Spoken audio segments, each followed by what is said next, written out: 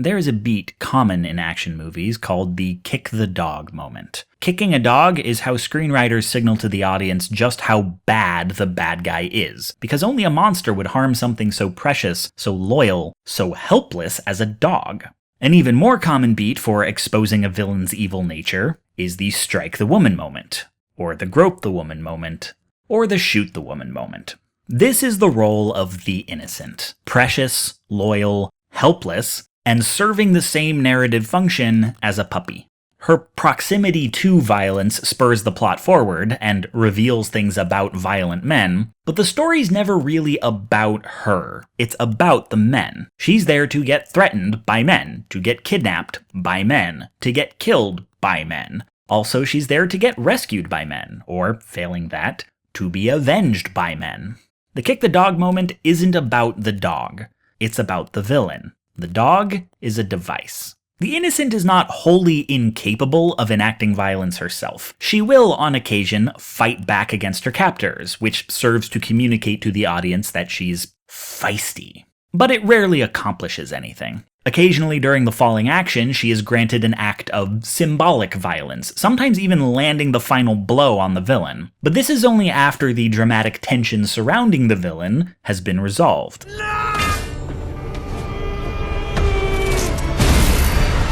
The innocent is an onlooker to violence. She is often the site of violence, and though she is sometimes allowed to perform violence in an honorary capacity, she is not a full participant. She is a symbol of what is good and worth protecting, and what is good is innately peaceful. Violence is a burden that violence is used to spare her from. It is the solemn duty of men. She can only enter this domain as a victim. She is by far the most common female action movie archetype. There's even a variant that I call the false innocent, the woman who plays off people's assumptions that women are powerless in order to kick their asses. You know, what if that 90-pound doe-eyed waif being threatened by the big strong men is secretly the toughest person in the room? Joss Whedon is, shall we say, fond of this one.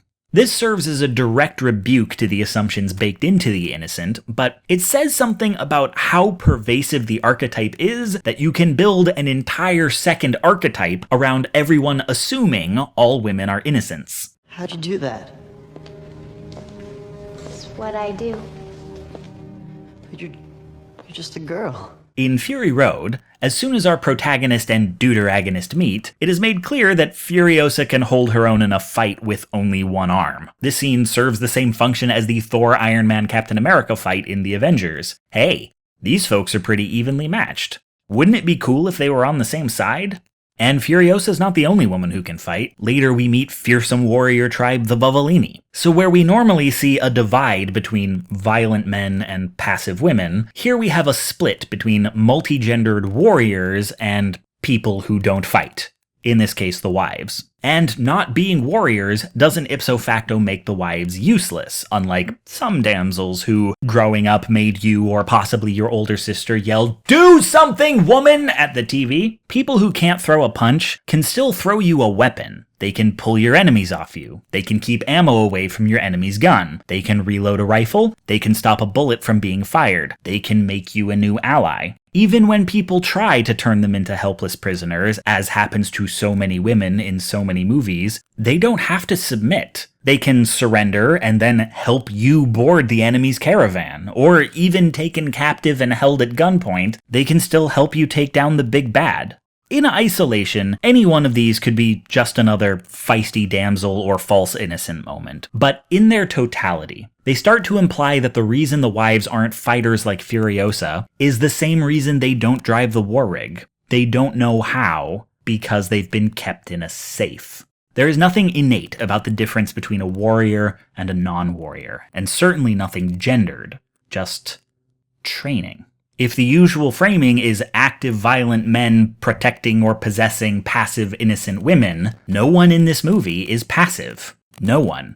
Even if you aren't shooting the gun yourself, there are still ways to contribute. You don't have to sit around waiting to be rescued. There's work to do. It's important to recognize that the wives are never rescued by anyone. Not Max, not even Furiosa. Violence may still be the way things get done in an action movie, but it's not synonymous with agency. Where is she taking them? She didn't take them, they begged her to go! They set the plot in motion. This whole thing is their plan. It's not a rescue. It's an escape.